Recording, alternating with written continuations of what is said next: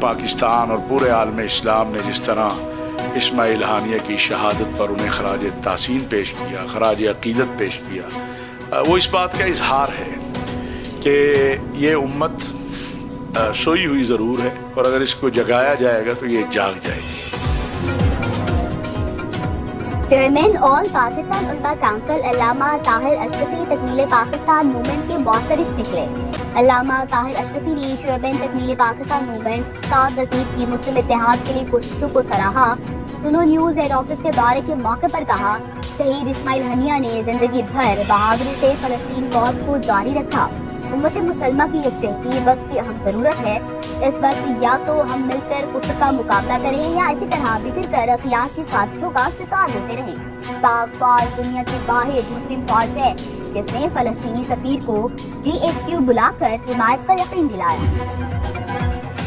تحریک انصاف نے شیر افضل مرکز کی بنیادی رکنیت ختم کر دی، بانی PTI نے منظوری دی۔ فردوس شمیم نقوی کا کہنا ہے کہ شیر افضل مرکز پارٹی کے ضوابط اور اصولوں کا احترام نہیں کرتے۔ شیر افضل کو قومی اسمبلی کی نشست سے استعفیٰ دے دینا چاہیے۔ پارٹی سے نکالے جانے پر شیر افضل مرکز کا واقف کہا، باضابطہ سنے بغیر میرے خلاف یک طرفہ فیصلہ دیا گیا۔ بانی PTI کا سپاہی تھا، ہوں اور رہوں گا۔ قومی اسمبلی کی نشست کے حوالے سے حلقے کے لوگوں کو اعتماد ملے گا۔ چیئرمین تحریک انصاف اور کور کمیٹی ارکان کے بیانات میں تضاد، بیرسٹر گوہر خان نے شیر افضل مروت کی رکنیت منسوخی کا نوٹیفکیشن جعلی قرار دے دیا۔ کور کمیٹی اراکین کہتے ہیں کہ نوٹیفکیشن درست ہے، کمیٹی اجلاس میں فیصلہ ہوا تھا۔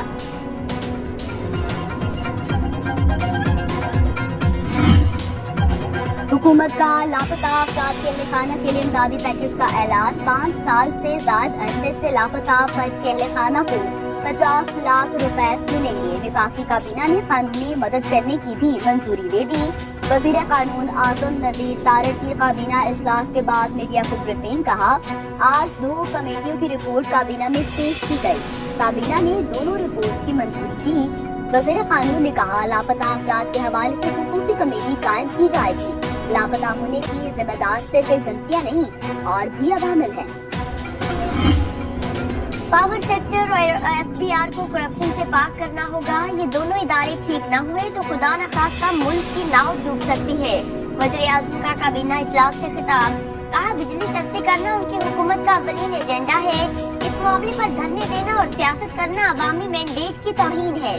وزیر اعظم نے ماہانہ 1 لاکھ روپے تک تنخواہ والوں کو انکم ٹیکس میں ریلیف دینے کے لیے ٹیم کو ٹاسک دے دیا۔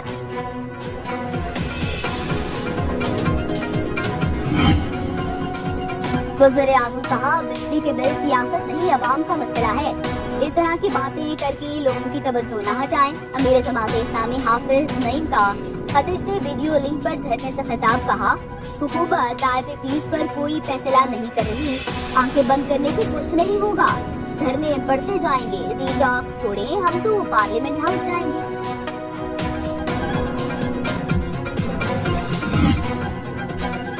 ملک بھر میں بجلی کی تقسیم کار کمپنیوں کی نجکاری کا معاملہ، وزارت پاور ڈویژن نے نوٹیفکیشن جاری کر دیا۔ ڈسکوز کی پرائیویٹائزیشن مرحلہ وار ہوگی۔ پہلے مرحلے میں فیسکو، گیپکو، ہیسکو اور آئسکو کی نجکاری ہوگی۔ دوسرے مرحلے میں میپکو اور پیسکو سمیت دیگر کمپنیز کو پرائیویٹائز کیا جائے گا۔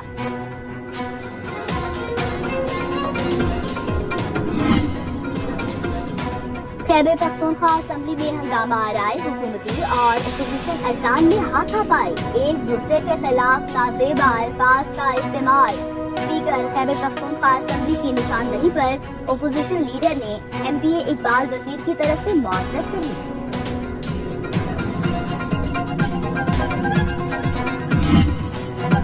PTI رہنما عامر ڈوگر کا بڑا دعویٰ، سنو نیوز کے پروگرام برعکس رانا مبشر کے ساتھ میں گفتگو کرتے ہوئے کہا، حکومت کے خلاف اپوزیشن جماعتوں کا الائنس جلد بنے گا، فضل الرحمان اس کا حصہ ہوں گے۔ وزیر اعلیٰ پنجاب کو تبدیل نہ کرنا بانی PTI کی غلطی تھی۔ عثمان بزدار کو ساری زندگی بھی جیل میں رہنا پڑے تو کام ہے، مخصوص نشستیں ملنے کے بعد تحریک عدم اعتماد سے متعلق فیصلہ کریں گے۔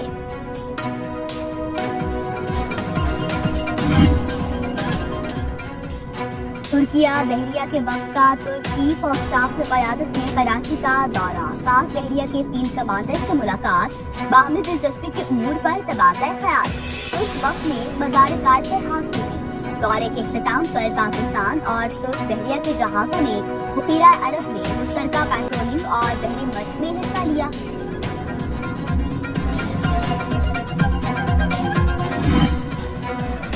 کراچی میں وقفے سے بارش، شاہراہوں پر پانی جمع ہو گیا، ایمپریس مارکیٹ صدر کی مرکزی سڑک تالاب کا منظر پیش کرنے لگی۔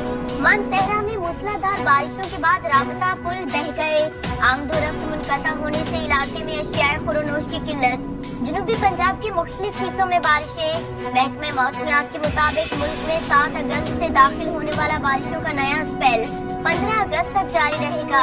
بلوچستان میں آج سے بادل گرجیں گے۔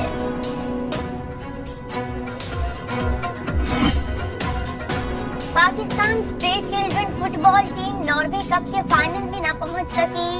سنسنی خیز سیمی فائنل میں ناروے کے کلب فورڈے نے 4-3 سے ہرا دیا۔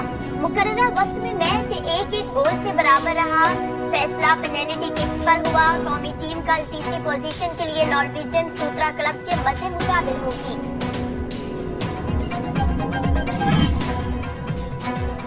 پی سی بی کی جانب سے کھلاڑیوں کے سینٹرل کانٹریکٹ کو آئندہ ہفتے حتمی شکل دیے جانے کا امکان، چیئرمین محسن نقوی نے سلیکشن کمیٹی اور کوچز سے مشاورت مکمل کر دی۔ سابق کپتان وقار یونس بھی اپنی رائے دیں گے۔ سینٹرل کانٹریکٹ میں شاداب، حارث رؤف اور محمد عباس کی کیٹیگری میں تنزلی کا امکان، نسیم شاہ کو بی سے اے میں ترقی ملے گی۔ کانٹریکٹ کی شمولیت کھلاڑیوں کے فٹنس اور کارکردگی سے مشروط۔